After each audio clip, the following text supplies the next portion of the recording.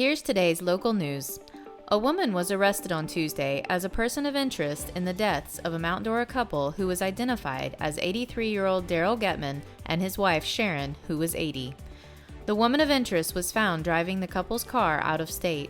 Details are still being gathered, and the police are urging anyone with information to contact them at 352-425-0940. Governor Ron DeSantis was sworn in for his second term on Tuesday.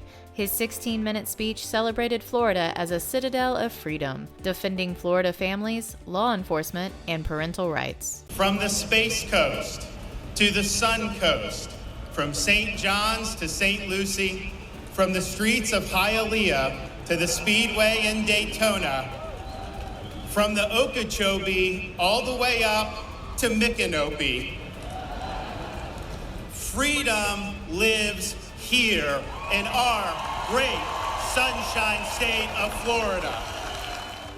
Lake Mineola High School football player Ethan Cole signed his commitment letter to play for Purdue University. For Cole, it was the biggest letter he's ever signed in his life.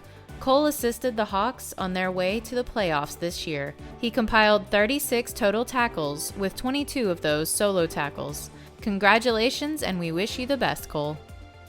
The third annual Tri-County Fire Department Food Drive Challenge is happening January 21st, and local firefighters are already collecting donations to win the trophy for their station.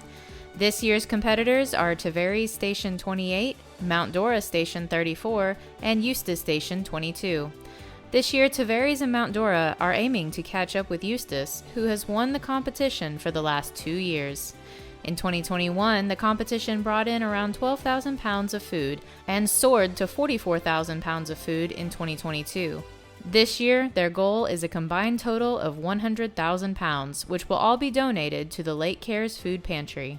Non-perishable food or monetary donations can be dropped off at any of the participating stations. First Lieutenant Doug Hagan is a member of the Officer Candidate School Hall of Fame in Fort Benning's National Infantry Museum, thanks to the efforts of his brother, Michael Hagan, and retired Lieutenant Colonel Joe Ronigan.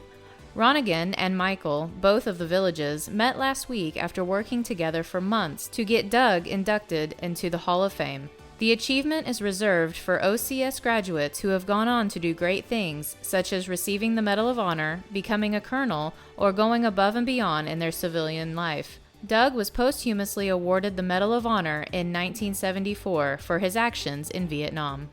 For more news and events, be sure to watch LakeFront TV and listen to WQBQ 1410. This is Cindy Peterson reporting.